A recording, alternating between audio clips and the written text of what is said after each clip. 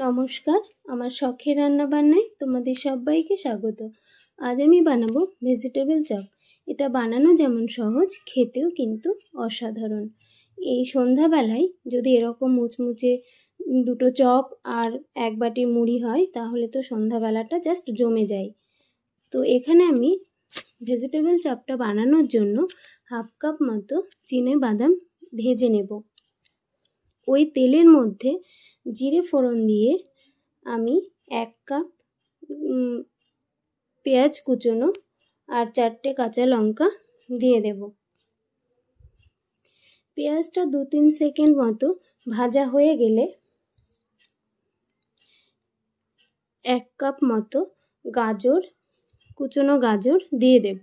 এটাকেও একটু নাড়াচাড়া করে তারপর আর 1 কাপ বিট দিয়ে দেব আর 2টো মিডিয়াম সাইজের আলু কুচিয়ে নিয়েছি সেটাও দিয়ে দেব। এবার এগুলোকে 2-3 মিনিট মতো ভালো করে ভেজে তারপরে 1 চামচ হলুদ আর স্বাদ মতো নুন দিয়ে এটাকে আবারও 2-3 মিনিট মতো নেড়ে নেব। এর সাথে সামান্য একটু জল দিয়ে আমি ঢাকা দিয়ে দেব। 5-7 মিনিট পর আমি ফিরে এলাম। তো এদিকে কিন্তু চপের তরকারিটা রেডি হয়ে গেছে। এই সময় আমি সামান্য একটু চিনি দিয়ে দেব। চিনিটা দেওয়ার কারণ ঝাল, নুন আর মিষ্টিটা ব্যালেন্স করবে তাই। তো চপের তরকারিটা কিন্তু আমাদের রেডি হয়ে গেছে। এবার আমি যে বাদামটা ভেজে রেখেছিলাম সেটা গুঁড়ো করে দিয়ে দিলাম।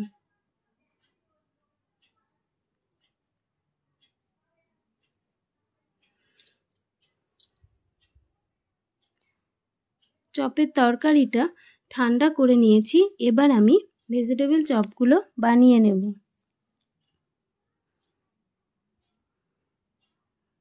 এগুলো এক এক করে বানিয়ে নিয়ে তারপরে আমি ভেজে নেব।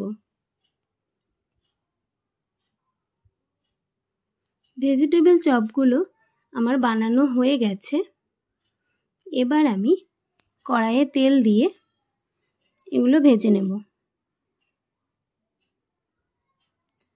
তো বন্ধুরা, আমার এই রেসিপিটা যদি তোমাদের ভালো লেগে থাকে তাহলে অবশ্যই লাইক, কমেন্ট, শেয়ার করো।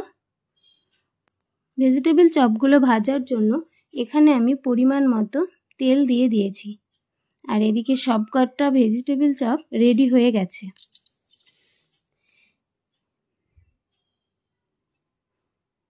এই চপগুলো ভাজার সময় খেয়াল রাখতে হবে লো টু মিডিয়ামে রেখে কিন্তু ভাজতে হবে, না হলে আবার পুড়ে যাবে।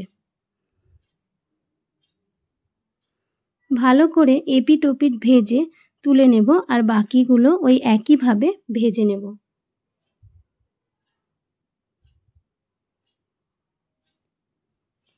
তো বন্ধুরা, এই ভেজিটেবল চপটা কিন্তু এইভাবে বানালে দোকানের মতোই কিন্তু স্বাদ হয়।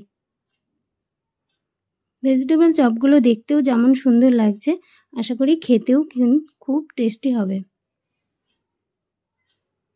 তোমাদের এই ভিডিওটা ভালো লাগলে অবশ্যই লাইক, কমেন্ট, শেয়ার করো আর তোমাদের দেখার জন্য ধন্যবাদ।